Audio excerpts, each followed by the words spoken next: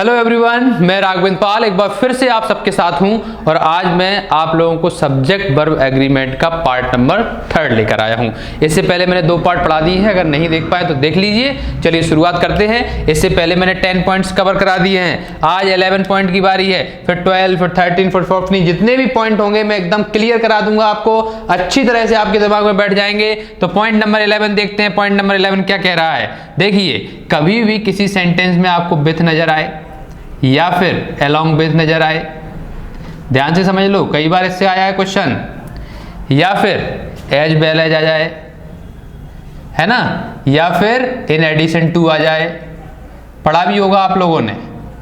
ऐसे शब्द जो किसी का साथ दिखा रहे हैं, ऐसे और भी हो सकते हैं, मैंने ये 4 लिखे, ऐसे और भी हो सकते हैं, ये इंपॉर्टेंट है, लेकिन ईटीसी में लिख देता हूं। ईटीसी का फुल फॉर्म होता है एटसेट्रा, यानी कि इसके अलावा भी बहुत कुछ हो सकता है। तो इनके साथ क्या होता है तो जानिए, सही से अच्छी तरह से समझ लीजिए।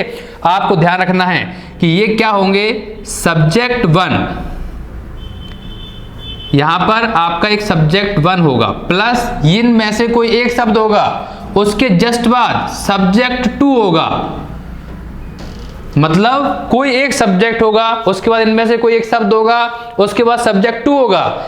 अब हमें करना क्या है, अब हमें करना ये है कि अगर ये शब्द आ जाएं तो हमेशा ये जो वर्ब है, यानी कि आगे जो हम वर्ब यूज करने जा रहे हैं, वो सब्जेक्ट 1 के अनुसार लगाना है। इसको ध्यान से समझ लीजिए, कई बार आपके आया है, देखिए कई बार हम लोग बोलते हैं, मैं समझाने की कोशिश करता हूं आपको। जैसे मैंने बोला कि प्रधानमंत्री अपने मंत्रियों के साथ यहां आ रहे हैं, तो हमारा जो फोकस रहता है वो प्रधानमंत्री पे रहता है, ना कि उनके मंत्रियों पे रहता है। हमारा जो फर्स्ट सब्जेक्ट रहता है, हमें उससे मतलब रहता है। तो देखिए, समझिए, ध्यान से समझते हैं हम लोग। जैसे एग्जाम्पल से और क्लियर कर लेते हैं। यहां पे मैंने लिखा principal with students dash taking lunch. कुछ कार्यक्रम चल रहा है, प्रिंसिपल स्टूडेंट्स के साथ, यानी कि छात्रों के साथ लंच कर रहे हैं। ऑप्शन देख लीजिए, ऑप्शन आ गया इज, आर, एम, हैज या फिर हैव। क्या हो सकता है, हमने देखा सेंटेंस में ये लगे हैं भाई साहब विथ, इसके आगे लगे हैं प्रिंसिपल साहब और पीछे है स्टूडेंट। ये होता है सब्जेक्ट 1, ये होता है सब्जेक्ट 2, यानी कि 2 सब्जेक्ट के साथ विथ से लगा हुआ है। हम क्या करेंगे, हमें हमेशा जो वर्ब है वो फर्स्ट सब्जेक्ट के अनुसार लगानी है। फर्स्ट सब्जेक्ट प्रिंसिपल है, अब प्रिंसिपल के हिसाब से हम देखेंगे, स्टूडेंट्स के हिसाब से हम नहीं देखेंगे। ज्यादातर स्टूडेंट ही तो करते हैं, वो क्या करते हैं, उन्होंने देखा स्टूडेंट्स बहुत सारे हैं, आर लगा दो। नहीं भैया, आपको ध्यान देना है कि अगर प्रिंसिपल के हिसाब से देखना है, क्योंकि विथ आया है, तो हम लोगों ने देखा कि ये प्रिंसिपल एक है, तो आर भी गया, एम भी गया, हैव भी गया, इज और हैज में से कोई एक आंसर है। हम सबको पता है आईएनजी कब आता है, इज के साथ आता है, इसीलिए आंसर क्या हो जाएगा, इज हमारा आंसर हो जाएगा। क्लियर हो गया होगा आपको। एक और क्वेश्चन देख लेते हैं जिससे और क्लियर हो जाए। एग्जाम्पल नंबर 2 है, दे with their coach dash in ground। अब इसमें फिर से कुछ आ चुके हैं ऑप्शन। ऑप्शन है इज, आर, एम। बहुत कम ऑप्शन मैंने दिए हैं, लेकिन क्लियर कर लीजिए। देखिए क्या होता है, फाउंडेशन हमारी मजबूत होती है तो हम आसानी से अच्छी बिल्डिंग की कल्पना कर सकते हैं, वरना कुछ नहीं है हमारे पास। तो देखिए, समझिए ध्यान से। हमने देखा यहाँ पे क्या हुआ, विथ लगा हुआ है, दोबारा इसकी जगह अलॉन्ग विथ भी हो सकता है, in addition to, as well as, कुछ भी हो सकता है। विथ लगा हुआ, ये सब्जेक्ट 1 और ये सब्जेक्ट 2। हमें सब्जेक्ट 1 से मतलब है, सब्जेक्ट 1 प्लूरल है तो हम लोग क्या लगाएंगे, आर लगाएंगे भैया। क्लियर हो चुका होगा आपको। तो ये शब्दों में से कोई सा भी आ जाए, हम हमेशा क्या करेंगे, सब्जेक्ट 1 के अनुसार वर्ब का यूज करेंगे। चलते हैं पॉइंट नंबर 12 की बात करते हैं और आज इसको खत्म कर देंगे। उसके बाद अगला चैप्टर आपका डिटरमिनर्स कराऊंगा, फिर उसके बाद फोनेटिक्स और अमेरिकन ब्रिटिश इंग्लिश, जो भी जरूरत पड़ेगी और जो नहीं हुए हैं उनको एक एक मैं आप लोगों को कराऊंगा। भैया पॉइंट नंबर 12 क्या कह रहा है? पॉइंट नंबर 12 कह रहा है कि कोई सेंटेंस ईच से शुरू हो, एवरी से शुरू हो, नो वन से शुरू हो, सम वन से शुरू हो, एनी वन से शुरू हो, समबडी से शुरू हो, नोबडी से शुरू हो, कोई से भी बड़ी, वन, इन से शुरू हो, एवरीथिंग, एवरीवन, इन से शुरू हो, इन सब के साथ हमेशा बिल्कुल गांठ बांध लो, इन सब के साथ हमेशा सिंगुलर वर्ब का प्रयोग किया जाता है। इन सब के साथ हमेशा किसका प्रयोग किया जाएगा? सिंगुलर वर्ब का प्रयोग किया जाएगा, है ना। एंटिटी बनाते हैं हम लोग, तो सिंगुलर वर्ब का प्रयोग किया जाएगा। एग्जाम्पल देख लेते हैं, क्लियर हो जाएगा। एग्जाम्पल नंबर फर्स्ट हमारे सामने आ चुका है। फर्स्ट क्या कह रहा है? मान लीजिए मैंने लिखा someone dash stolen my purse. अब इसमें ऑप्शन आ चुके हैं। ऑप्शन क्या है? पहले ऑप्शन देख लीजिए। ऑप्शन है हैज, हैव, इज, आर। हमने देखा संबंध से स्टार्ट हुआ है, सिंगुलर वर्ब आएगी, लेकिन आगे भी तो देखना है, ऐसे थोड़ी कुछ भी बोल दो, कुछ भी लगा दो, आगे भी तो देखो। आगे हमने देखा वर्ब की थर्ड फॉर्म है, संबंध है, सिंगुलर आएगी, लेकिन एज और आर चले गए क्योंकि वर्ब की थर्ड फॉर्म है ना। उसके बाद हमने देखा हैज और हैव में से कोई एक आंसर आएगा। क्या आंसर हो सकता है इसमें? भैया हैज आंसर होगा। क्यों? क्योंकि संबंध आगे लगा है, और संबंध हो, ईच हो, एवरी हो, एनीवन, समबडी, नोबडी, कुछ भी हो, हमेशा हम लोग सिंगुलर वर्ब का प्रयोग करते हैं। क्लियर हुआ कि नहीं? जैसे एक सेंटेंस और देख लेते हैं और क्लियर हो जाएगा। Each student dash going to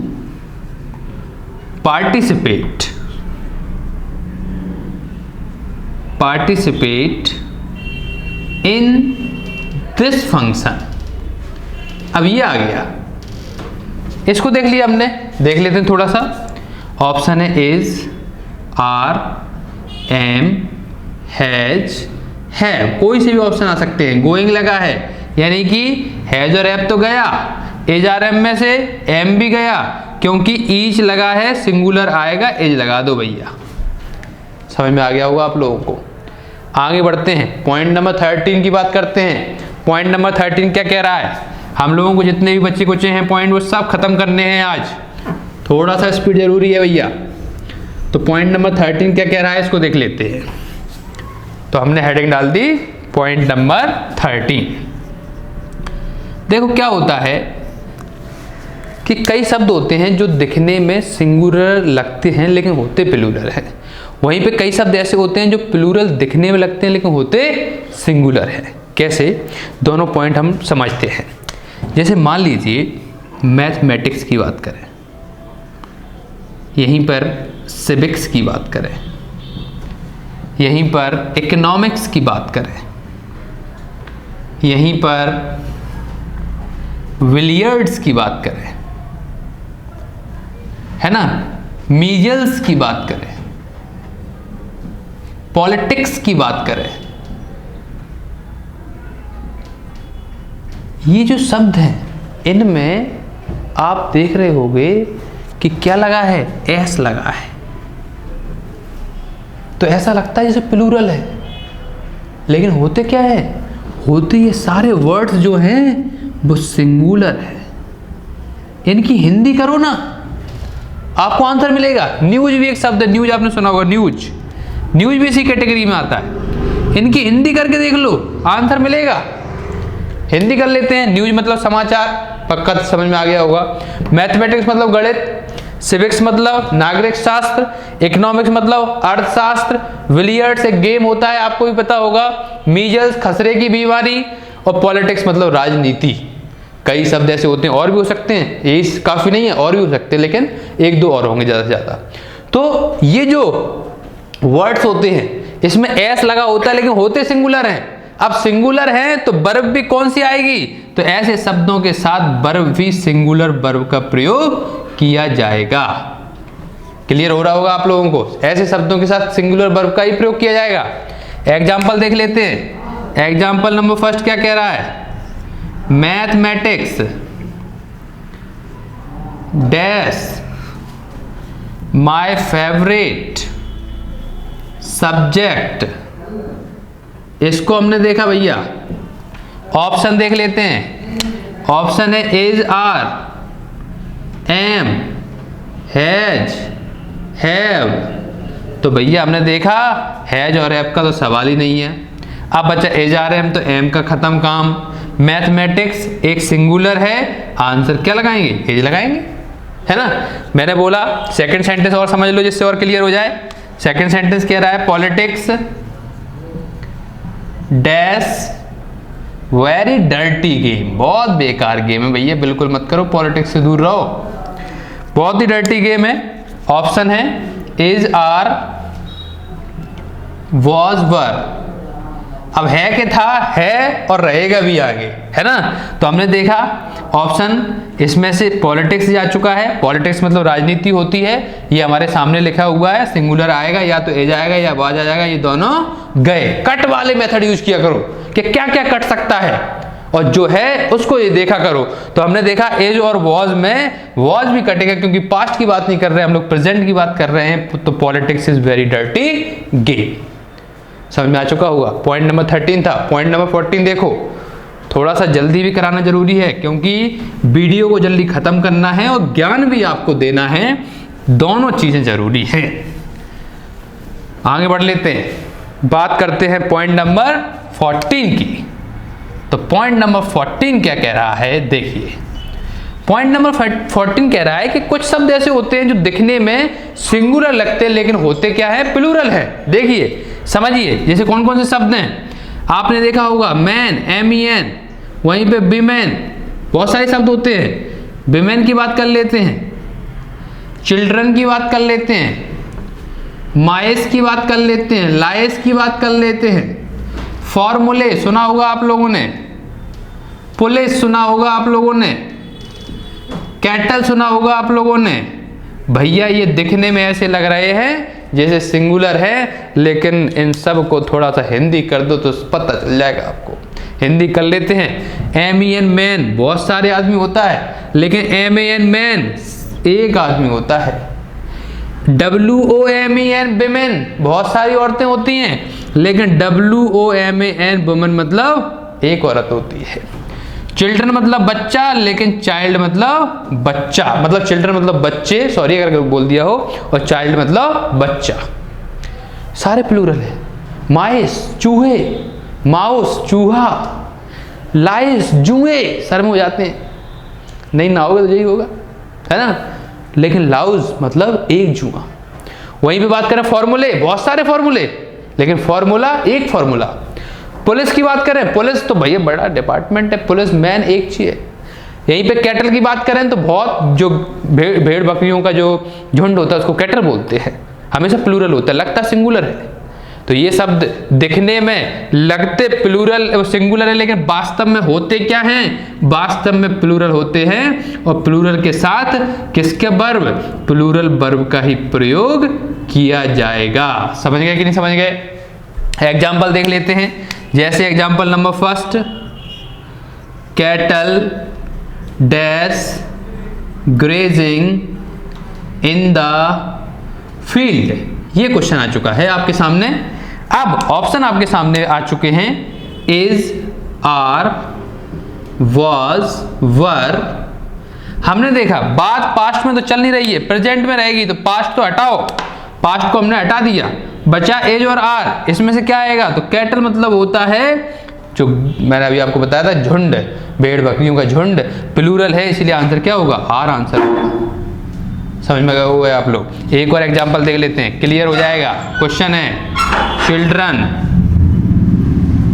dash making a noise.